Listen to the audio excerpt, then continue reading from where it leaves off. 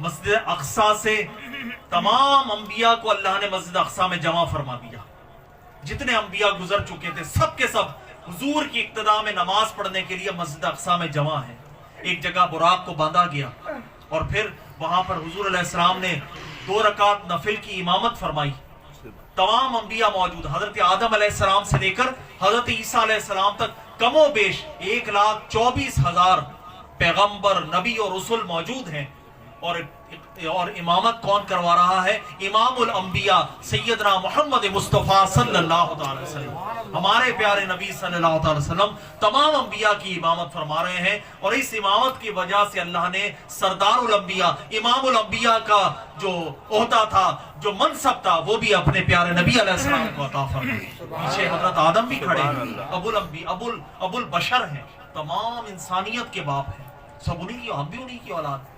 حضرت ابراہیم بھی موجود ہیں جو جد ہیں حضور علیہ السلام کے. حضرت موسیٰ اور عیسیٰ بھی موجود ہیں، تمام انبیاء موجود ہیں.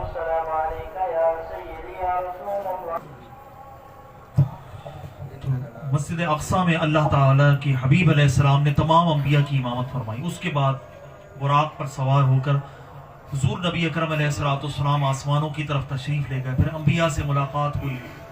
پھر سدرۃ المنتہا کا مقام آیا اور سدرۃ المنتہا کے مقام پر جبریل امین نے کہا کہ یا رسول اللہ یہ میری حد ہے، اب اس مقام سے اگر میں بال کی نوک کی برابر بھی آگے جاتا ہوں تو جل کر خاک ہو جاؤں گا. جبریل امین نے عرض کی. سرکار دو عالم علیہ السلام نے پوچھا اے جبریل میں اللہ سے ملاقات کے لیے جا رہا ہوں، ذرا یہ بتا کہ اگر تیری کوئی خواہش اور دعا اور حاجت ہے تو میں تیری دعا، تیری حاجت کو رب کی بارگاہ میں پیش کر دوں.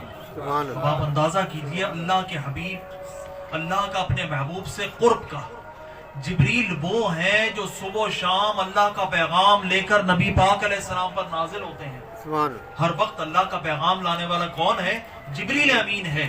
مگر اس مقام پر اللہ تعالیٰ کے حبیب علیہ السلام کی بارگاہ میں جبریل یہ عرض کرتے ہیں کہ یا رسول اللہ آپ اللہ سے ملاقات کے لیے جا رہے ہیں، میری ایک خواہش ہے وہ اللہ کی بارگاہ میں پیش کر دیں کہ اللہ اس کو قبول فرما دے کہ کل جب قیامت کے دن پل صراط سے آپ کی امت گزرنے لگے، وہ پل صراط جو تلوار کی دھار سے زیادہ تیز ہے اور بال سے زیادہ باریک ہے، اور اس پل صراط سے ہر ایک نے گزرنا ہے، اور جو ڈگمگا گیا اس پل صراط پر وہ کہاں گرے گا؟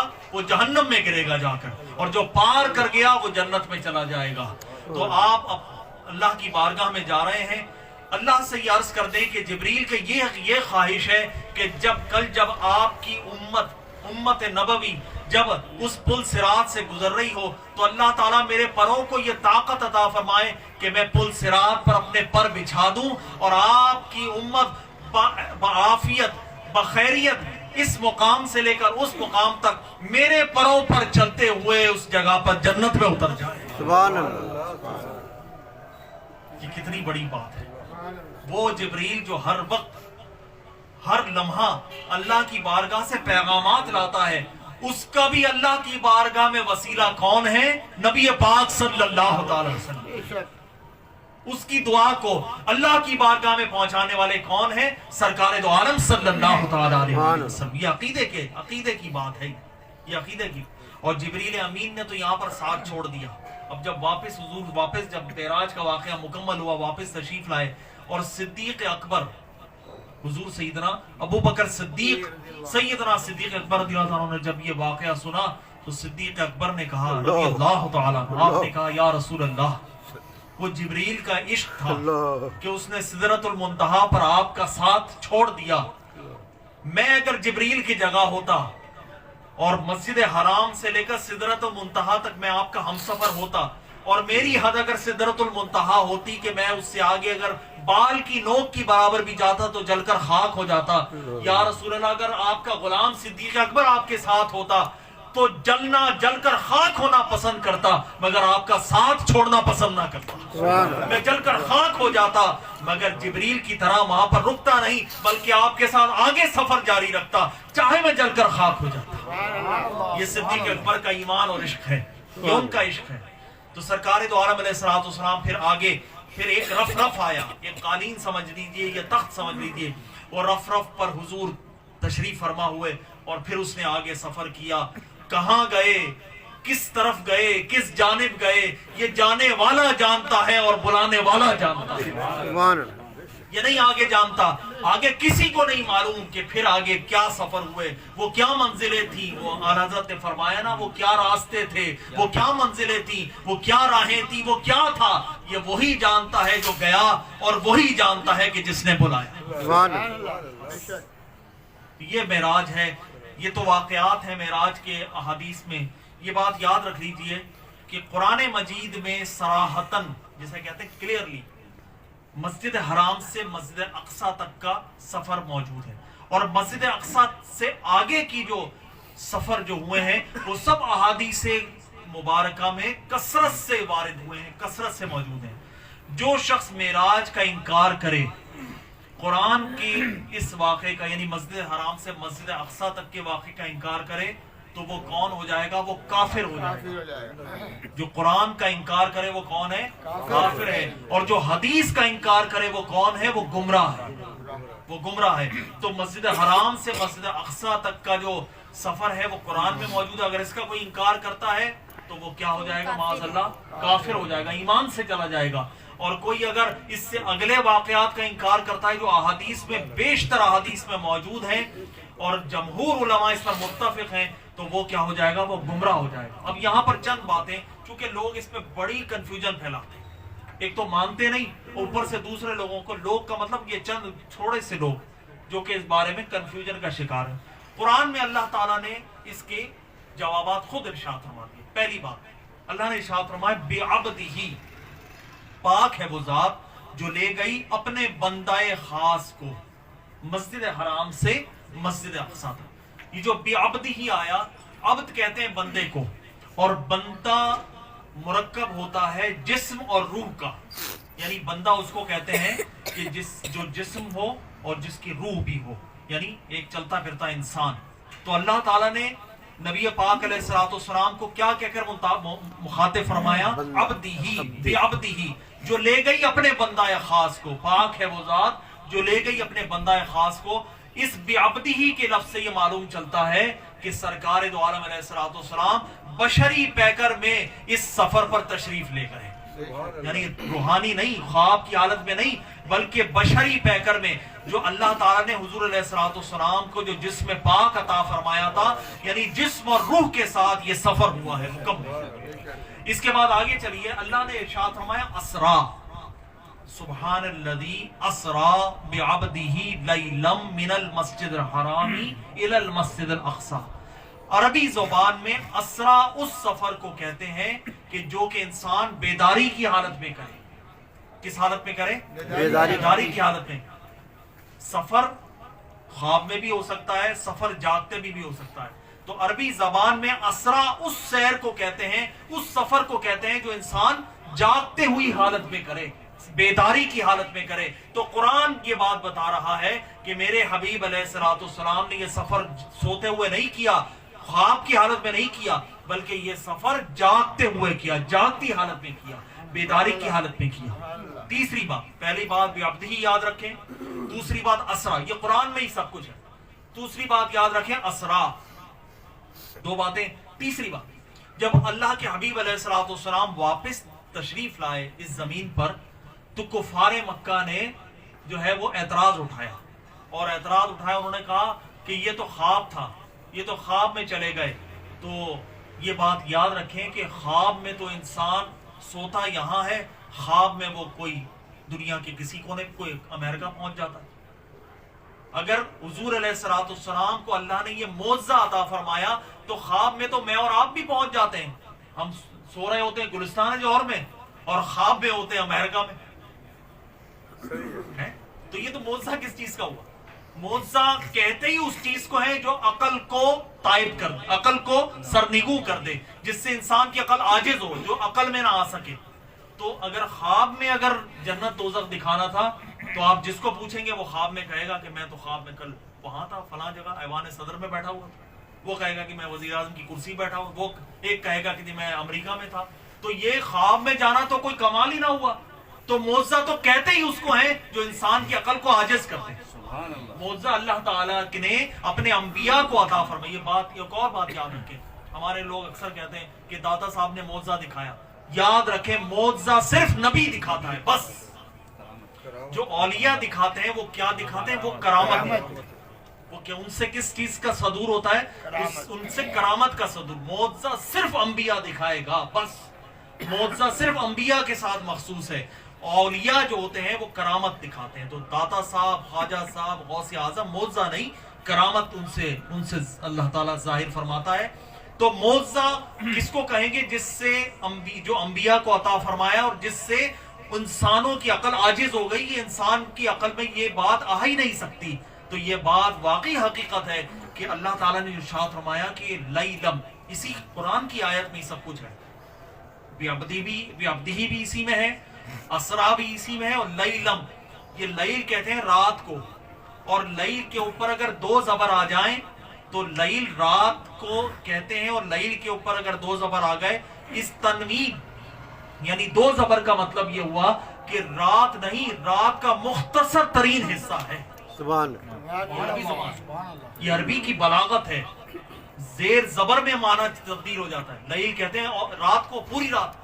مگر جب لیلن آ جائے، یعنی لیل کے اوپر دو زبر لگا دی جائے الف کے ساتھ، تنوین آ جائے، تو کہا جائے گا رات کا مختصر ترین حصہ. سبحان اللہ نے یہ معراج کی جو معجزہ عطا فرمایا، زنجیر در بھی ہلتی رہی، بستر بھی رہا گرم، ایک گل میں گئے عرش پر ہو آئے محمد صلی اللہ علیہ وسلم. کہ آپ کے کمرے دروازے کی زنجیر بھی ہلتی رہی اور آپ کا بستر بھی گرم رہا. یعنی وہ بستر، جب آپ بستر سے اٹھتے ہیں، مثال طور پہ ہمارے بزرگ حضرات جو بیٹھے ہیں اوپر صوفے پر، یہ اٹھیں گے تو کچھ گرمی اس میں ہوگی، مگر وہ چند لمحات میں وہ گرمی ختم ہو جائے گی. کچھ چند منٹ میں وہ گرمی ختم ہو جائے گی. تو کہا کہ لیلن، تھوڑے سے مختصر حصے میں، کہ زنجیر بھی ہلتی رہی اور بستر بھی گرم رہا، کہ ہمارے نبی پاک علیہ الصلوۃ والسلام پوری کائنات میں جنت و دوزخ کا مشاہدہ کر کے اور اللہ کی بغیر کسی حجاب کی زیارت کر کے واپس مکہ المکرمہ تشریف لے. یہی تو معجزہ ہے کہ عقل عاجز ہو جائے. عقل میں یہ بات سما ہی نہیں سکتی. مگر ہم چونکہ الحمدللہ امتی ہیں، ہم مسلمان ہیں، لہٰذا ہمیں اس پر ایمان لانا لازمی ہے کہ اللہ تعالیٰ نے اپنے حبیب علیہ السلام کو یہ شان عطا فرمائی، یہ معجزہ عطا فرمایا کہ رات کے مختصر ترین حصے میں اللہ رب کائنات نے اپنے محبوب نبی کو یہ معراج کا معجزہ. اللہ تعالیٰ سے دعا کریں کہ اللہ تعالیٰ میں صحیح عقیدے پہ کاربند رکھے، حق کے ساتھ رکھے، حق والوں کے ساتھ رکھے، اور نبی پاک علیہ الصلوۃ والسلام کے صدقے سے اللہ تعالیٰ ہمیں عقیدہ حق اہل سنت پر ہمیں موت عطا فرمائے. اہل سنت پہ ہمیں موت عطا فرمائے. رب کائنات ہمارے اوپر اپنی رحمتوں کا نزول فرمائے. آئندہ اتوار کو انشاءاللہ تعالی، آئندہ ہفتے کو، ہفتہ اور